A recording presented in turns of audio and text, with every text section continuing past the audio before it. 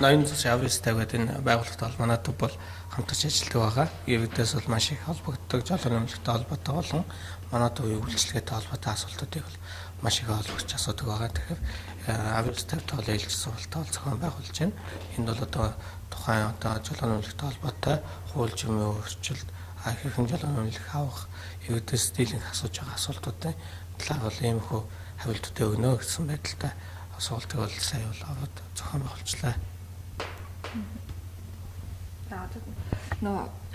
Сүүлийн хэдэн сар бас жолооны үнэмлэх хэвлэгдэхгүй байна. Тэгээд тэн дээр авсан компани бас бэлтгэсэн байхгүй гэсэн асуудлаар бол хэвлэгдэхгүй нэлээд утсан байгаа. Тэгээд саяхнаас бол хэвлэгдэж эхэлсэн ачаал бас хэрэг байгаа вэ?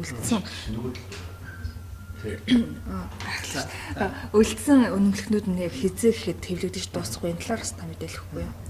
Өнөөдрийн байдлаар бол 2010 оны 10 сар, 11 сар, 12 сарын үнэмлэхүүд бол хэвлэгдээд одоо бол эзэндээ бол очихд бол бэлэн болсон байна.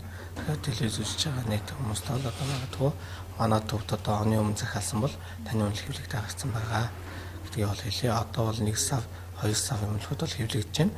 Эдгээр үнэмлэхүүд бол одоо 6 сарын ихээр тараагдана. Тэгэхээр иргэд маань тухайн одоо хязгаар өгсөн гэдгээс шалтгаалаад жолооны үнэмлэхээ хүрч ирж төгс бол авах боломжтой.